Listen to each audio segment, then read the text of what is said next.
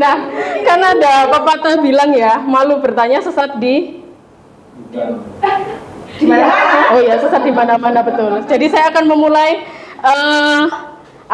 sharing session kali ini dengan pertanyaan. Singkong yang difermentasi itu namanya apa? Capek ya? Tape. Ya. Kalau temennya Masya di film kartun itu berjuang bukan? Beruang ya. Ini soalnya bukan orang kekinian. Gajah ketama ya. Gerakan kombinasi tangan, kaki, dan tubuh secara teratur itu namanya apa? Minari bukan? Menari. Nah, apa maksudnya? Gini ya. Jadi hari ini saya akan membawakan sekilas begitu ya hikmah dari film Minari. Nanti akan ada hubungannya dengan capek dan berjuang gitu ya. Minari ini apa? Sebelumnya ada yang udah pernah nonton film Minari? Enggak gitu ya. Alhamdulillah, berarti saya nggak salah memilih ini karena belum banyak yang tahu. Sayang sekali kalian belum nonton karena Minari ini mendapatkan kategori film paling banyak masuk nominasi Oscar di 2021 gitu ya. Jadi dia 6 kategori masuk semua, Best Director, Best Picture, Best Actor, Best Supporting Actress, dan sebagainya. Nah, intinya Minari ini sebenarnya film tentang keluarga orang yang itu sebenarnya dia tinggal di Amerika, tapi darahnya itu darah Korea gitu ya. Jadi ini adalah kisah keluarga, ada ibunya, ini namanya Mbak Monica, terus ada bapaknya namanya Pak Jacob, anak pertamanya namanya Anne, terus anak terakhirnya yang paling lucu itu namanya si David gitu ya. Nah, ini itu singkatnya bercerita tentang bagaimana akhirnya mereka ini bisa beradaptasi untuk tinggal di Amerika. Jadi Pak Jacob ini kerjaannya adalah mensortir anak ayam. Jadi dia harus membedakan, oh ini anak ayam betina, anak ayam jantan gitu ya. Kenapa kok ini harus dipisahkan sama dia? Karena kalau misalnya anak ayamnya itu jantan biasanya nggak dipakai karena nggak bisa menghasilkan keturunan. Jadi dia kerjanya itu sortir-sortir, tiap hari ngeliatin pantatnya ayam gitu ya. Pantatnya ayam yang dilihatin sama si Pak Jacob ini. Sampai akhirnya dia itu capek gitu loh, capek dengan dinamika bekerjanya dia yang kok gini-gini terus begitu ya. Sampai kapan dia itu harus bekerja dengan memperhatikan pantatnya si ayam ini gitu ya. Jadi dia ingin beralih profesi. Dia akhirnya membeli rumah di Arkansas. Arkansas itu sebelahnya Lamongan kayaknya ya. Jadi Arkansas itu ya betul, tengahnya Bojonegoro. Dia punya lahan yang cukup luas untuk berkebun gitu ya, atau bercocok tanam. Jadi si Pak Jacob ini punya cita-cita kalau misalnya dia itu akan punya lahan sendiri dan dia itu akan menanam sayuran-sayuran khas Korea yang nanti akan dijual atau didistribusikan untuk restoran-restoran Korea yang ada di Amerika. Nah, itu kayak gitu. Nah, salah satu sayurnya itu namanya adalah minari, gitu ya. Sayur apa itu minari? Nah, nanti ya. Sayur atau minari? Iya, sayur minari itu. Nah, jadi intinya dalam perkembangannya si Pak Jacob ini bercocok tanam, dia itu mengalami banyak kendala.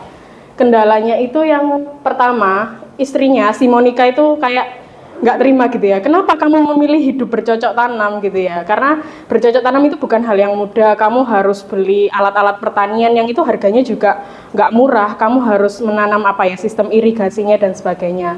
Sampai akhirnya memang real semua masalah itu dihadapi sama si Pak Jacob ini. Jadi dia pernah gagal panen, terus dia pernah sudah membuat sistem irigasi tapi ternyata airnya itu nggak mengalir, airnya itu nggak keluar, tanamannya itu rusak. Sampai endingnya dia itu berhasil menemukan restoran Korea yang mau ngambil sayuran-sayuran dari lahan pertaniannya dia. Nah, tapi karena akhirnya si ibunya Monica, jadi neneknya si David ini numpang hidup di sana gitu ya. Neneknya si David ini sakit stroke, tapi dia ingin membantu si menantunya ini. Jadi dibantu semua gitu ya. Pada akhirnya malah si nenek ini nggak sengaja membuat lahannya si Jacob ini terbakar gitu. Jadi di saat si Jacob itu sudah menemukan harapan gitu ya dari semua perjuangannya dia, proses adaptasi di mana dia itu juga tidak semudah itu diterima oleh warga Amerika karena dia itu orang Korea, masih ada pandangan-pandangan sinis terhadap imigran yang datang, belum lagi dia yang nggak menguasai ilmu pertanian, nggak tahu apa itu irigasi, sama sekali nggak punya teman di Arkansas gitu ya. Nah, ketika dia menemukan secercah harapan, tapi harapan itu harus itu tadi ya, hangus gara-gara lahannya itu terbakar. Nah, ini nanti hubungannya dengan apa? Nah, ini ya, jadi ini adalah cuplikan yang itu mungkin menggambarkan, oh ternyata ketika si Pak Jacob itu datang ke Amerika, datang ke Arkansas, banyak hal yang diadaptasikan begitu ya. Tadi dengan segala capeknya dan segala perjuangannya gitu ya. Ada hal yang mungkin di sini sedikit mirip gitulah ya dengan flashback perjalanan saya. Maka saya namakan sharing session kali ini adalah perjalanan beradaptasi. Nah, gitu ya. Jadi mungkin kalau yang baru join akhir-akhir ini di MSI gitu ya, mungkin ada anak-anak baru, kayaknya enak ya jadi Mbak Nani, karena ada di comfort zone gitu ya. Kenapa kok dibilang comfort zone? Nge-host PIC pelatihan di bidang komunikasi gitu-gitu aja, sehingga itu adalah sebenarnya hal sehari-hari yang sudah saya lakukan gitu ya. Jadi kayaknya nggak ada tantangan yang berarti gitu ya, mungkin nggak butuh banyak adaptasi dan sebagainya. Nah, pertanyaannya, apa iya begitu ya? Jadi kalau ini flashback sambil sharing sama teman-teman yang mungkin baru aja bergabung. Justru pertama kali saya masuk ke MSI itu saya bukan sebagai training consultant yang itu fokus di bidang-bidang komunikasi gitu ya. Saat itu saya ingat sekali saya memang diajak Bu Novi untuk ngurusin yang namanya MSI Alpha, di mana itu adalah wadah yang diharapkan bisa jadi pengembangan produknya MSI untuk kalangan anak-anak muda. Dan saya ingat betul waktu itu proyek pertama adalah kolaborasi dengan Kata Data yang itu dapat proyeknya dari Kominfo untuk melaksanakan webinar literasi digital gitu ya. Dan saat itu linear dengan proses interview saya yang itu waktu itu nggak cuma interview aja tapi juga ada presentasi, saya disuruh konsep tentang acara webinar literasi digital ini. Menggembirakan nggak? Menggembirakan. Terlebih karena saya suka sesuatu yang baru begitu ya. Tapi menjadi tantangan juga karena saya itu baru dalam hal yang seperti itu ya. Maksudnya ngomongin partnership, menghubungi narasumber gitu ya. Saya ini nggak kenal orangnya siapa dan saat itu profil narasumbernya itu langsung yang bagi saya ya cukup tinggi gitu ya, nggak cukup ya, tinggi banget. Dari ruang guru, dari PJB, yang ini saya mungkin tidak terbayang ya, saya akan berhubungan dengan orang-orang seperti ini. Nah, tantangan tidak berhenti di situ. Kalau teman-teman baca judulnya adalah perihal pemberitahuan pembatalan webinar gitu ya. Jadi acaranya itu sudah terkonsep gitu ya, narasumbernya ini sudah mau, jadi kayak ruang guru itu benar-benar langsung ngambil kepala ruang gurunya, dia sudah mau untuk present gitu ya. Tapi ternyata intinya dari Kata Data bilang kalau ini tidak bisa dilanjutkan berhubungan dengan anggaran di Kominfo gitu ya. Nah, saat itu akhirnya saya sebagai PIC harus menghubungi satu persatu narasumber untuk mengkomunikasikan bahwa ini tuh batal gitu ya. Dan itu bagi saya bukan hal yang mudah gitu ya. Kenapa bukan hal yang mudah? Mungkin kalau teman-teman lihat saya memang jago di komunikasi ya, tapi kadang untuk hal-hal komunikasi tertentu seperti negosiasi begitu ya, itu juga menjadi tantangan buat saya. Karena kayak misalnya ini mungkin hal simpel ya, mungkin Bu Fira yang sering tahu. Kayak sekedar komplain makanan yang basi atau enggak sesuai gitu ya. Itu tuh saya banyak pertimbangannya. Maksudnya bukan hanya ngomongkan enggak berani ngomongnya, tapi kok kasihan sama orang ini dan sebagainya. Nah, ketakutan-ketakutan itu juga muncul pertama kali saya menghadapi ini. Ditambah lagi pengalaman internasional ya. Ini saya ingat banget ini collab dengan projectnya Rotary gitu ya. Rotary sama Rotaract waktu itu semacam ada magang lah di MSI, tapi yang magang itu dari negeri Vrindavan begitu ya, dari India. Magang virtual. Magangnya itu magang virtual karena saat itu COVID juga gitu ya. 3 bulan. 3 bulan. Jadi 3 bulan ini mereka yang orang India gitu ya, nggak punya background di HR, tapi mereka jadi yang magangnya itu 2 anak di bawah itu si Prasan sama Renuka. Gitu. Jadi mereka ini mahasiswa tapi kepingin belajar masalah SDM. Betul.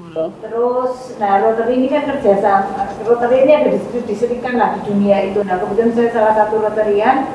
Terus ditawarkan ke saya, mau nggak ini ada anak magang virtual dari distrik mana yang India gitu kan. Terus akhirnya maganglah di tempat kita karena kita konsultan SDM. Gitu. Jadi tantangannya yang mana? Tantangannya adalah yaitu saya sama sekali belum pernah punya pengalaman internasional ya.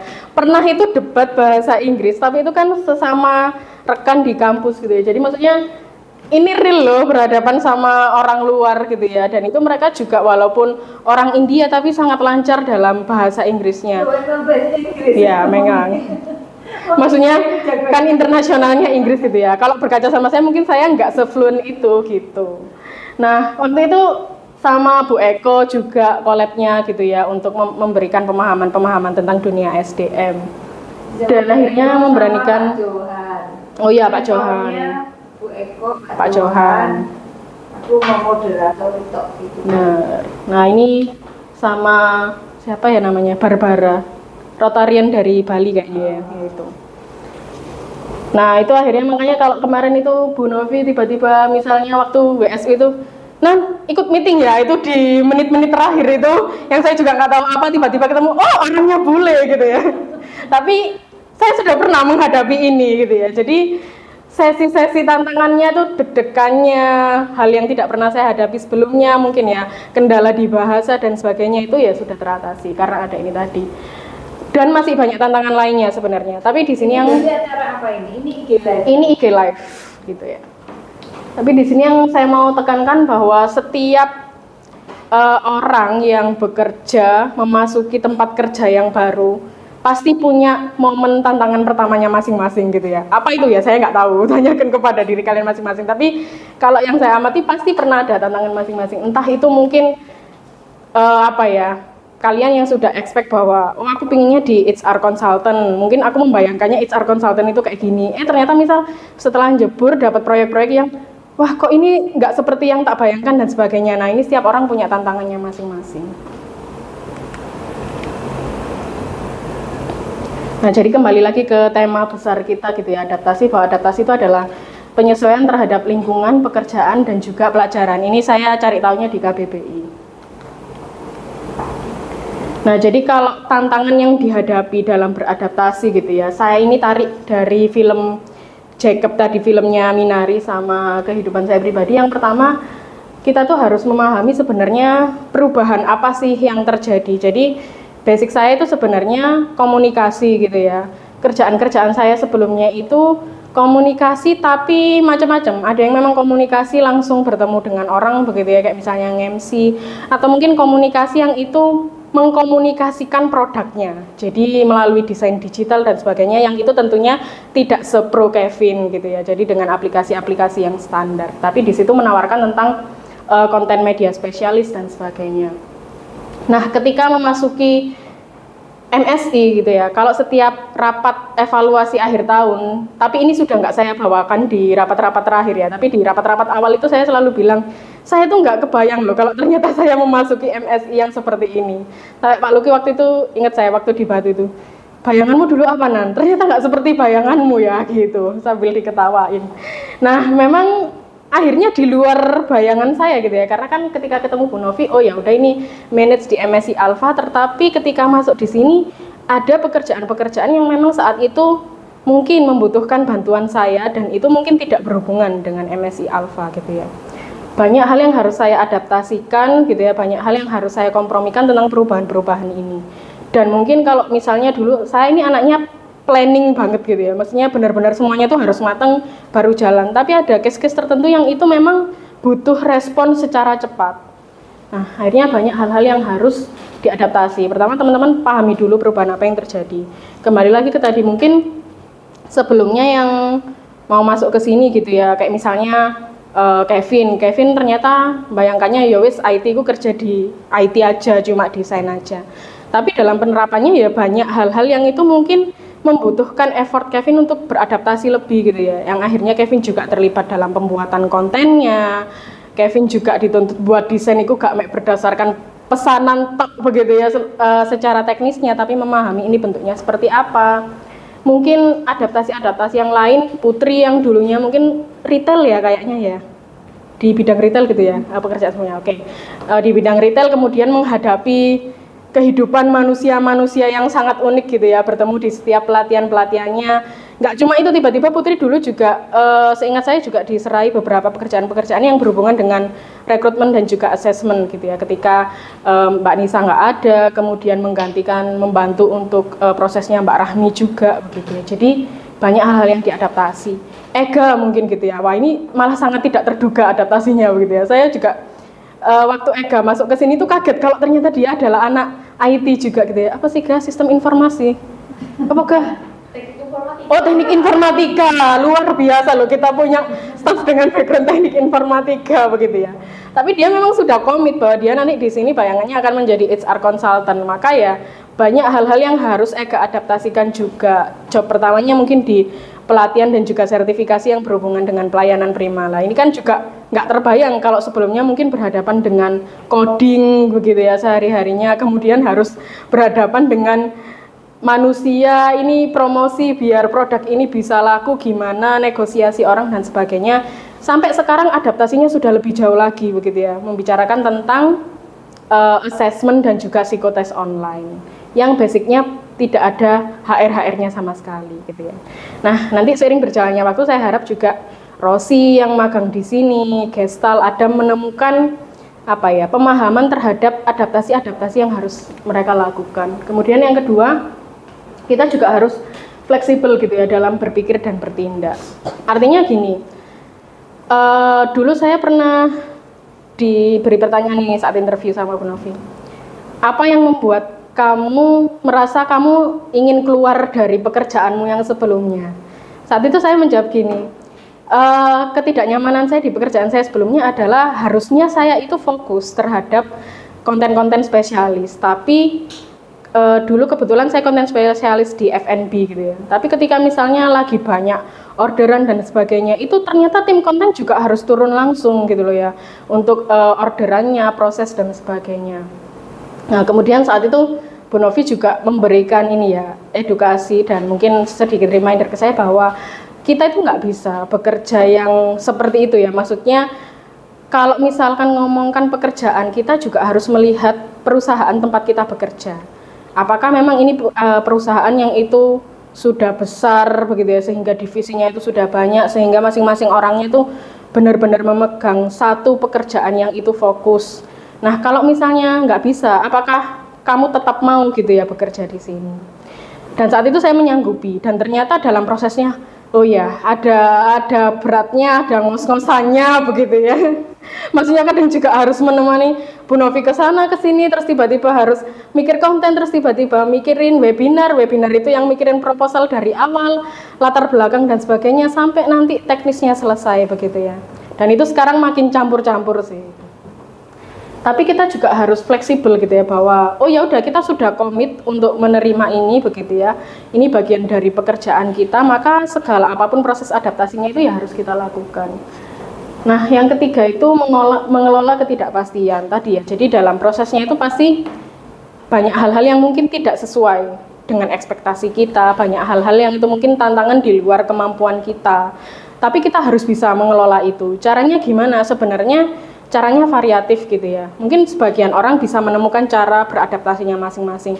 Tapi kalaupun nggak bisa, justru karena ini adalah perusahaan yang menurut saya karena belum terlalu besar, stafnya tidak terlalu banyak, kita tidak ada leveling job begitu ya. Maksudnya tidak ada leveling position, sehingga maksud saya ya kita itu tim gitu ya. Jadi bagaimana kita mengelola ketidakpastian itu ya mengandalkan tim kerja kita itu tadi. Kemudian menciptakan peluang dari perubahan itu sendiri. Peluang itu maksudnya apa? Terkadang kita nggak tahu ya, ketika kita mau beradaptasi ini, ternyata itu menghasilkan sesuatu hal yang besar lah. Maksudnya apa? Nanti ya tak contohkan. Nah, ternyata banyak peluang-peluang yang itu nggak kita duga itu datangnya dari proses adaptasi itu tadi. Kalau kita nggak berani beradaptasi, bisa jadi kita itu melewatkan banyak kesempatan. Nah, alhamdulillahnya dengan adaptasi yang saya lakukan begitu ya, ternyata seiring berjalannya waktu, mungkin dengan kebutuhan juga, tapi Bu Novi melihat progres juga gitu ya. Saya memiliki beberapa amanah yang itu sebenarnya ini kembali lagi loh ke passion saya, walaupun saya juga harus masih beradaptasi nih dengan hal-hal yang mungkin di awal saya tidak sukai. Tapi akhirnya dari sini banyak kesempatan terbuka gitu ya. Mungkin akhirnya saya kembali lagi merasakan passion itu hidup gitu ya. Saya bonusnya mungkin bisa traveling gitu ya. Nah ini nanti bukan mustahil juga jadi kesempatan buat teman-teman dalam bentuk yang lain ya. Saya tidak tahu apa, tapi kalau saya rasakan itu.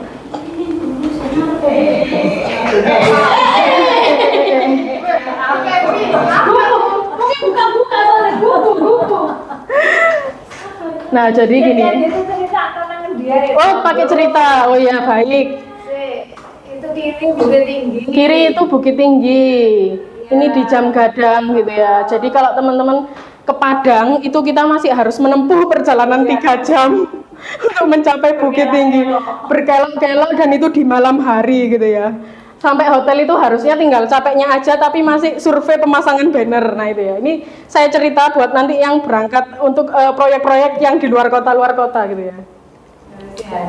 Ngaresiano ini masih di Bukit Tinggi juga, jadi dia sekitar situ. Nah, Ngaresiano ini tempat bersejarah sebenarnya, karena ini dulu perlawanan masyarakat Bukit Tinggi terhadap orang-orang Jepang. Jadi ini belakangnya adalah sungai, di mana sungai ini tempat membuang mayat-mayat yang orang-orang Bukit Tinggi yang dihabisi sama Jepang itu karena kerja paksa.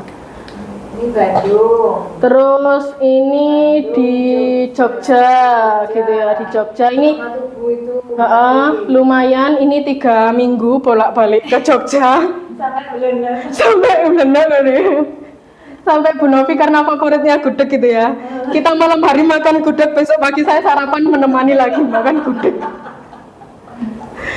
Ini sama masih di Jogja. Nah ini akhirnya saya juga merasakan hotel-hotel bintang mewah gitu ya, bintang 5. Yang itu walaupun nggak nginep itu aroma-aroma mewahnya itu terasa gitu ya.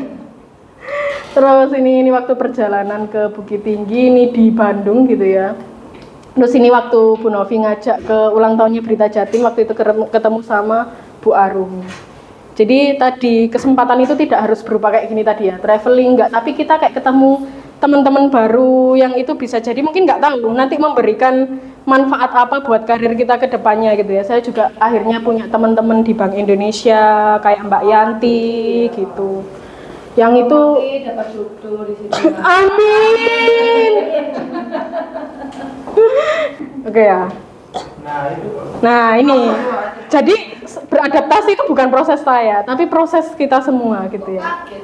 Kok kaget ya? Jadi ini adalah contoh proses adaptasinya Ega Putri, dan ini ada ya Akila, staf kita yang dulu. Jadi mungkin Ega sebenarnya pernah membayangkan Kak, kerjanya HR consultant itu juga kayak gini Kak. Ini project apa sih?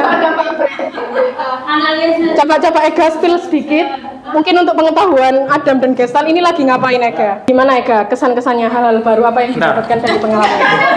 3 kata yang menunjukkan kesan-kesanmu di proyek itu. Waduh, kasih denda 5 juta rupiah gitu ini. 3 kata. Iya, 3 kata. Ilmu baru, suasana baru, pengalaman baru. Oh, ilmu, pengalaman, dan suasana baru. Selanjutnya yang di sebelahnya Ega itu, Putri, gimana kesan-kesannya? Oh, amazing. Oh, amazing. Ya malah dia. Coming soon ya Putri. Begitu ya Bu Novi. Di project ABK ya Bu Novi, baik. Jadi karena si Eka ada tragedi gelondong. Jam 7 pagi atau jam 6 pagi di telepon sama beliau.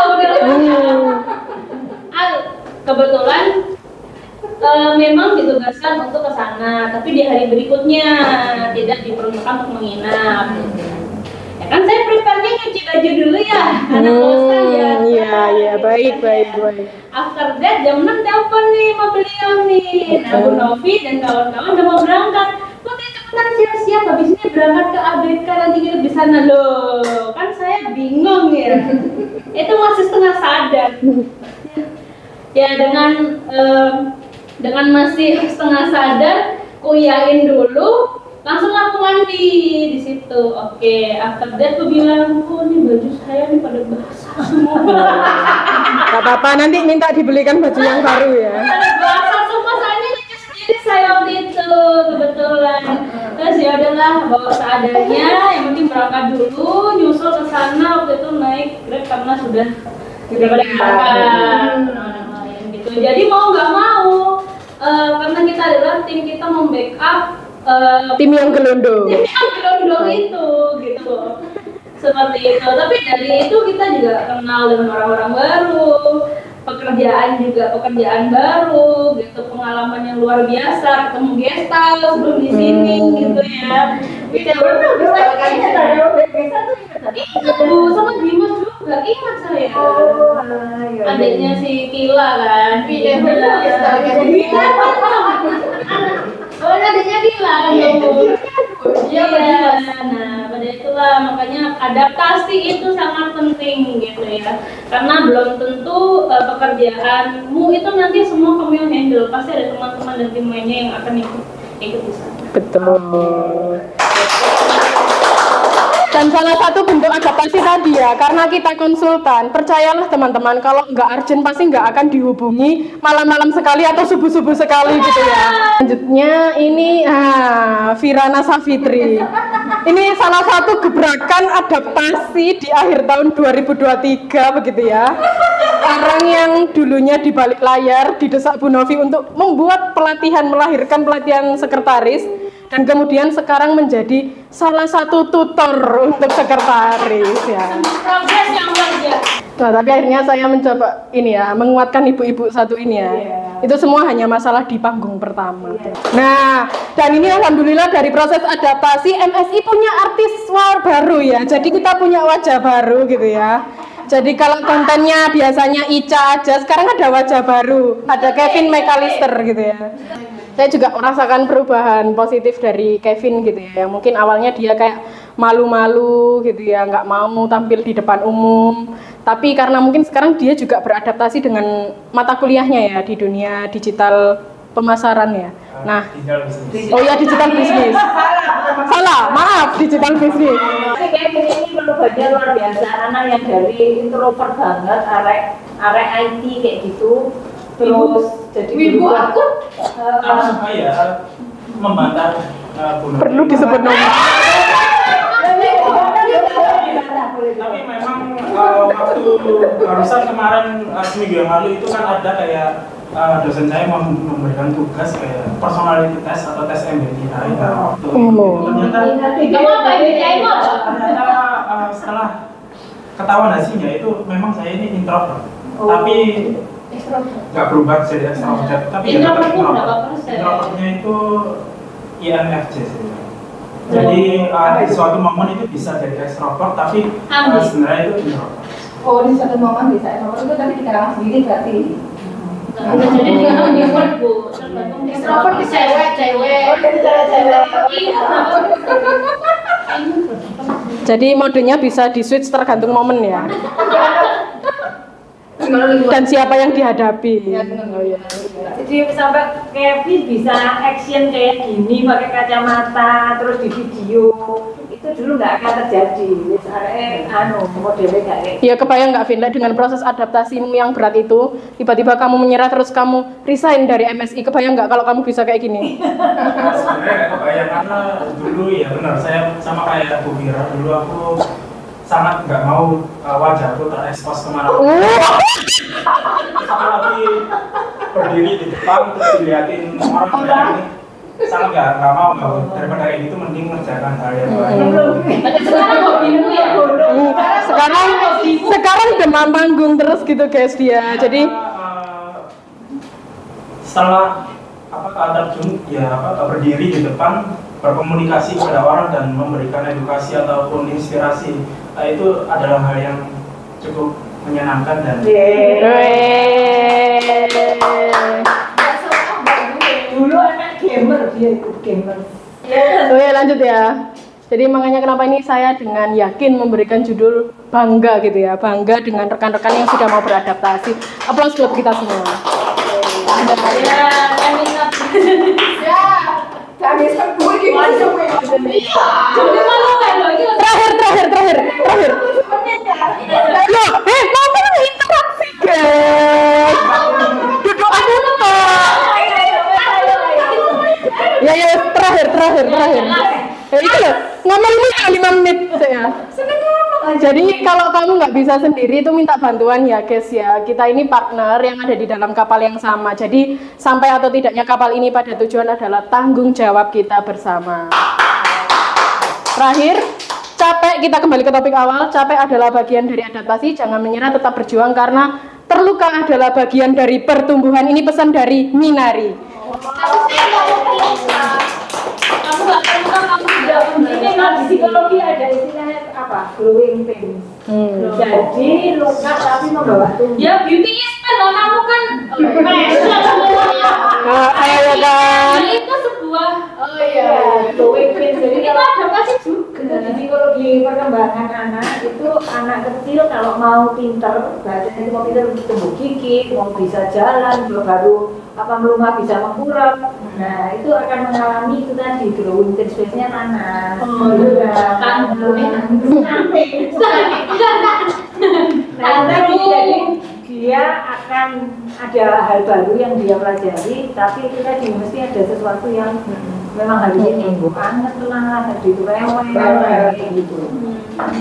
Gitu Kak. Dan Minari adalah tumbuhan Korea, sayuran selada air yang dia bisa tumbuh dimanapun dengan subur karena kemampuan adaptasinya. Jadi selamat beradaptasi untuk teman-teman semua, baik yang itu sudah bergabung lama, karena tentu saja dengan proses kita ini masih akan banyak adaptasi. Yang baru silahkan beradaptasi, kalau ada kesusahan jangan ragu untuk minta bantuan. Sekian dari saya, terima kasih untuk waktu dan atensinya. Assalamualaikum warahmatullahi wabarakatuh.